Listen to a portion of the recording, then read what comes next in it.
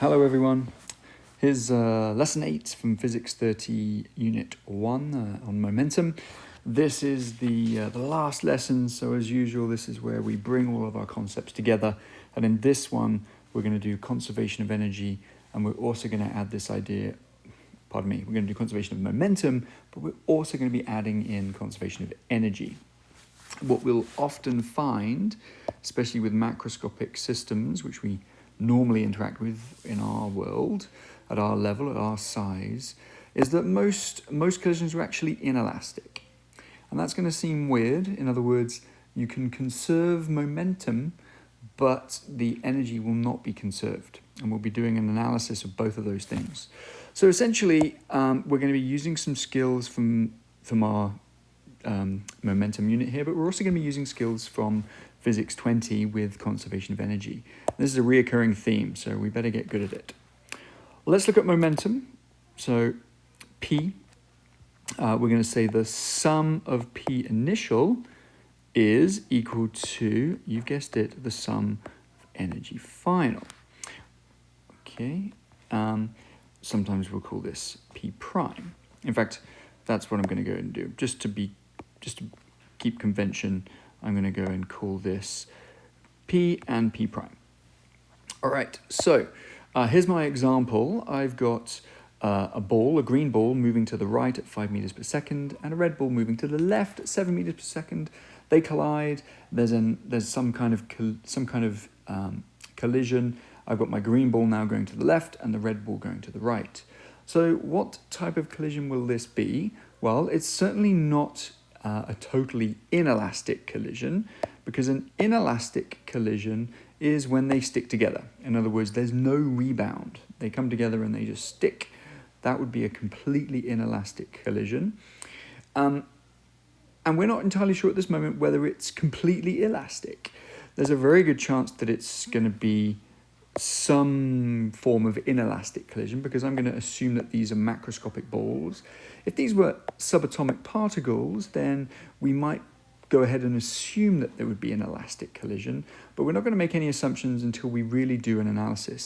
And that means I'm going to do my momentum analysis, but I'm also going to do my energy analysis. So that's where I can say my total energy initial is equal to the total energy final. This is where we're going to do our analysis. So let's go ahead and start putting some values in here. I'm going to call the green ball 1, and the red ball 2. So 1, and put it underneath 2. I'll also try and color code as we go, just to be fun. So the initial momentum of ball 1, I'm going to go ahead and put that on here. So P1, there we go. Oops, that should be a little arrow. Plus, now I'm going to use red for ball 2, plus the momentum of ball 2. Well, that needs to equal the momentum of ball 1 prime, in other words, the final, plus the momentum of ball 2 prime.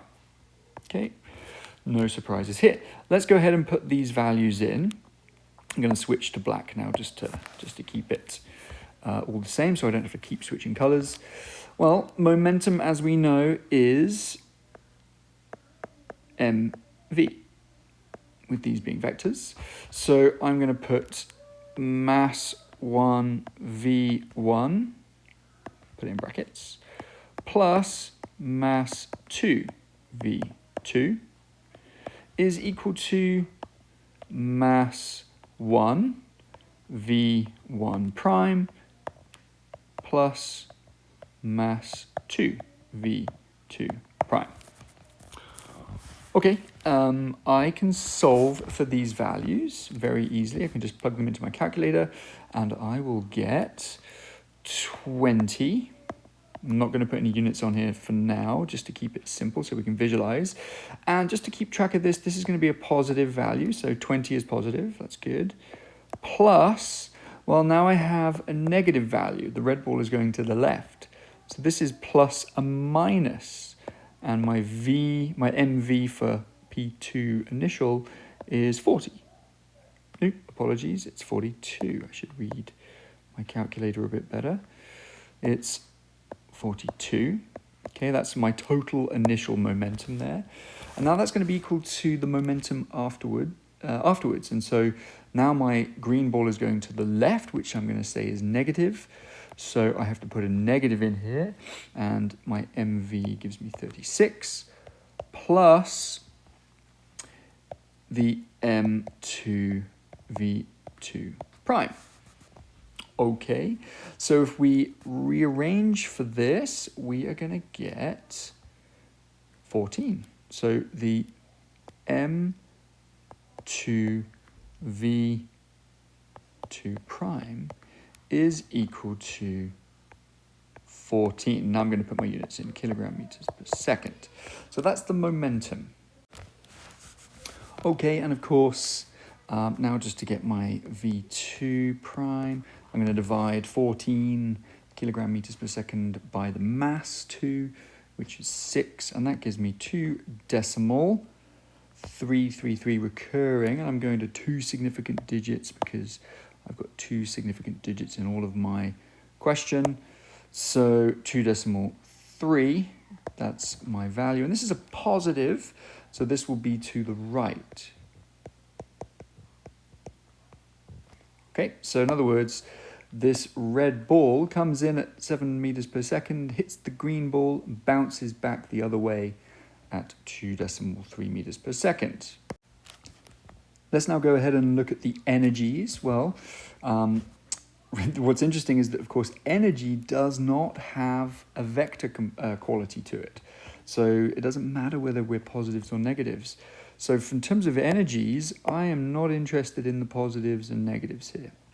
I'm just going to add up my total energies. And we're only going to be thinking about kinetic energy. So I'm going to say EK1 plus EK2 is equal to EK1 final plus EK2 final. Okay, and of course we're dealing with half mv squareds, so I would go ahead and just make these calculations, and so I'm just going to put the raw numbers in, no units. I know that's naughty, but that's the way we're doing it, just to make it clean. 50 plus 147. Please go ahead and check these if you want to, but just in the interest of time, I've done the calculations quickly for us, and 16.33, there we go. So what I'm looking for here is to see whether these things are equal to each other. I'm doing an analysis. Over here on this side, on my momentum side, I didn't do an analysis. I assumed that the momentum was conserved. That was my assumption coming in. On this side of the equation, when I'm looking at energies, I'm not assuming that. I'm analyzing for it. I'm taking these values that I've calculated and seeing if this statement is true. I'm analyzing, I'm trying to see if this is true, because that's going to give me information about the collision.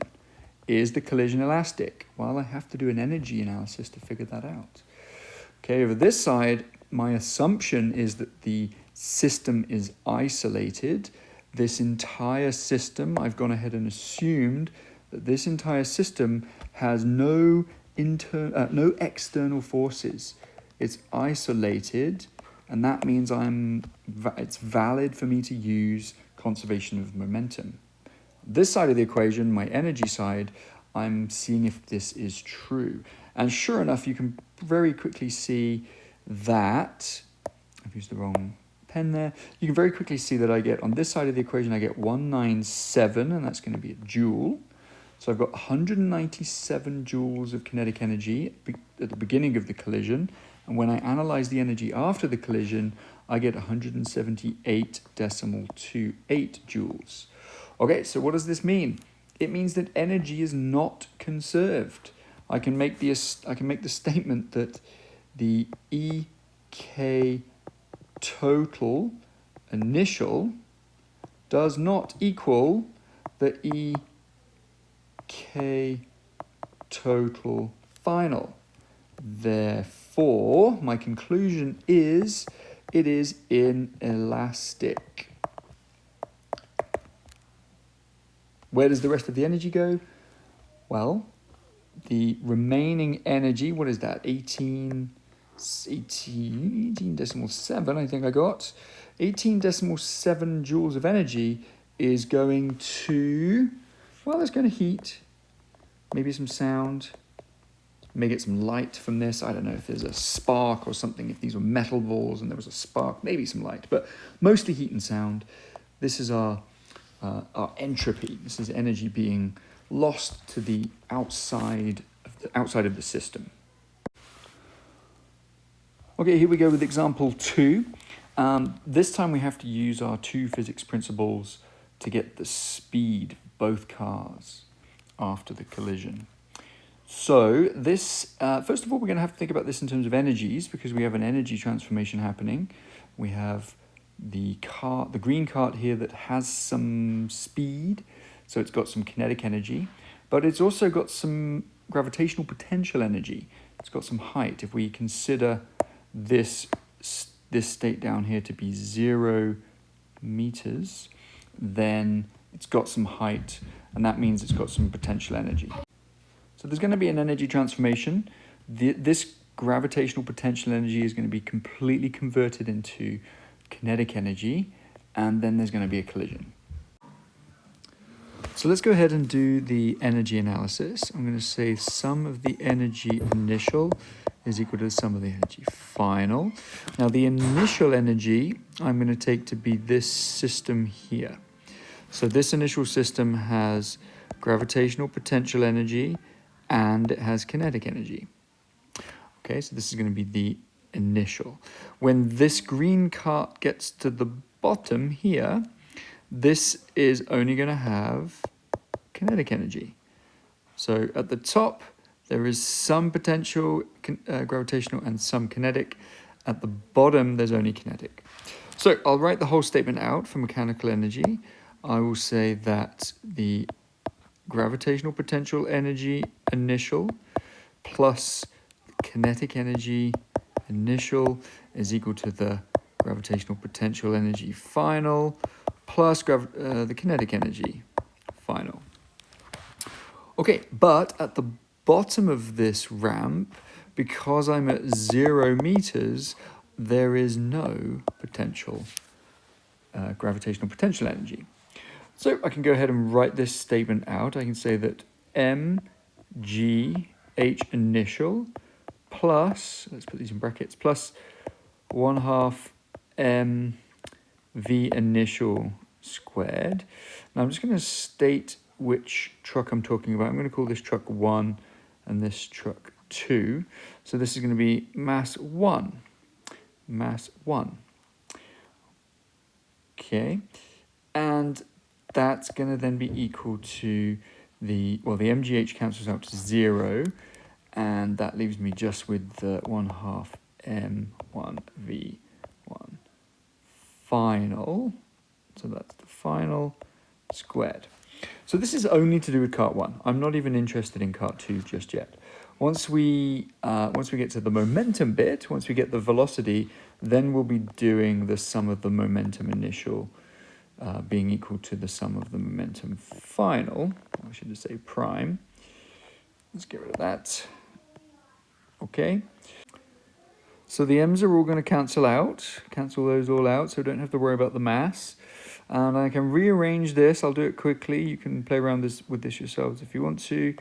But the final velocity, which is what we're going to want, because this final velocity is going to come over to the momentum side. Final velocity is going to be 2 times the GH initial, plus, what do we got? There's the half and the VI squared. And then I've just got to square root the whole thing. That's going to give us the velocity, which I got in my calculator here, 12.424 meters per second. That's the final velocity of the green truck as it gets to the bottom of the hill. So we can now use this over here, this final velocity. It's going to come up here. This is now the initial velocity of this truck 1. Okay, so truck 1 hits truck 2. We can go ahead and assume this to be isolated. I'm going to assume there's no friction.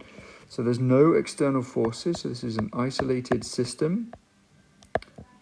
So I can use my conservation of energy formula. It's valid to use that. There's no friction or no forces coming in or out of the system.